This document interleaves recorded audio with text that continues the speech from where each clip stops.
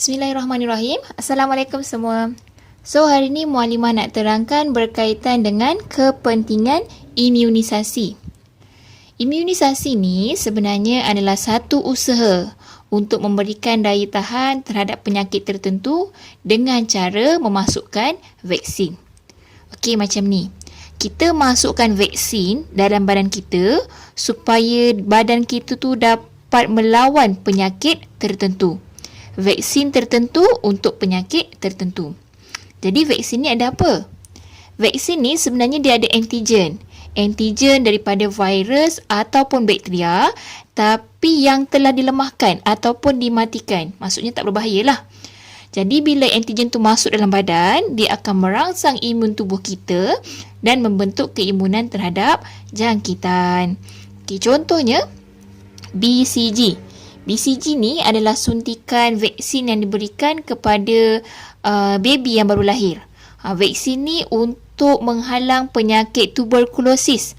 Tuberkulosis ni adalah salah satu penyakit berjangkit. Okey, contoh lain macam yang kes polio tu kan. Sepatutnya ada suntikan polio untuk protect kita daripada terkena penyakit polio. MMR untuk campak, beguk dan rubella. Ada banyak lagi lah, boleh baca dalam buku teks pun ada. Apabila antigen atau patogen dah berjaya melepasi barisan pertahanan yang pertama, which is kulit, maka barisan pertahanan kedua dan ketiga akan mengambil alih. Okay, barisan pertahanan kedua adalah proses fagositosis yang dijalankan oleh sel darah putih. Yang dalam video ni adalah barisan pertahanan ketiga, iaitu sistem keimunan badan. Di mana sel darah putih akan menghasilkan antibodi untuk membunuh antigen. Okey.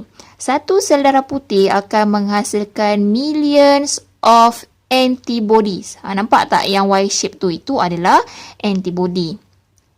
Walau bagaimanapun, badan kita ni mengambil masa beberapa hari, maksudnya lebih daripada 1 hari untuk menghasilkan sesuatu antibodi.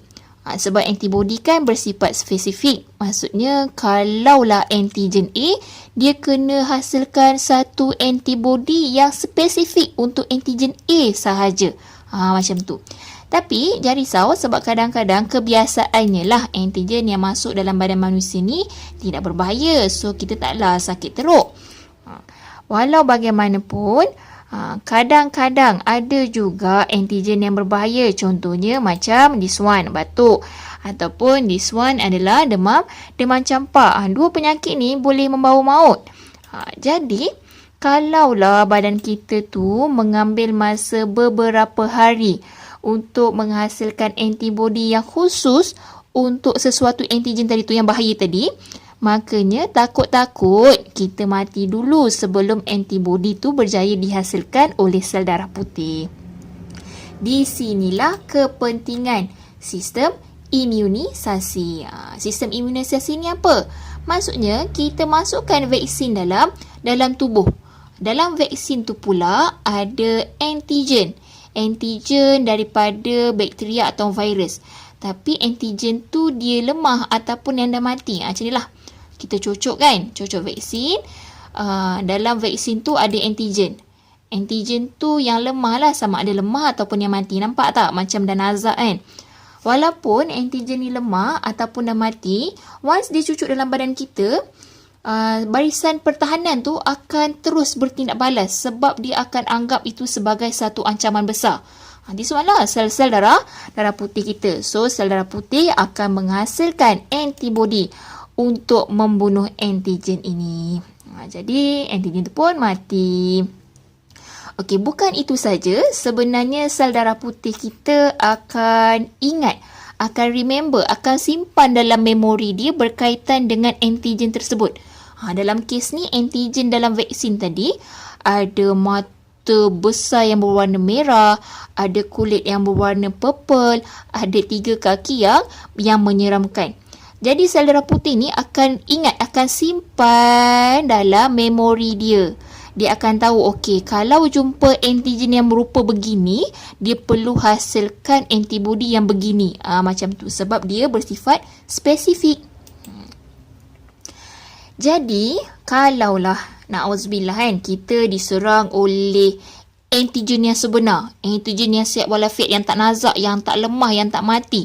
Jadi, kita punya sel darah putih bila nampak, dia akan ingat, oh, ini yang hari tu yang pernah masuk ni. Jadi dia tahu dah antibody apa yang perlu dihasilkan. Instead of penghasilan antibody tu mengambil masa beberapa hari, disebabkan oleh dia dah ada memori, makanya antibody tu akan segera dihasilkan. Jadi dia akan hasilkan tu dah matilah antigen tersebut. Jadi kita pun akan sihat lah, maksudnya terlindung daripada penyakit. Ada banyak sangat vaksin yang telah dihasilkan. Contohnya vaksin untuk penyakit demam campak, this one bergut, rubella, chickenpox, dan banyak lagi lah. Boleh tengok dalam buku teks tu. Dalam buku teks tu juga ada jadual vaksin. Maksudnya bila masa kita nak kena cucuk vaksin yang itu, bila masa kita nak kena cucuk vaksin yang ini. Okey, itu je untuk hari ni. Jangan lupa jawab kuis di bawah. Assalamualaikum.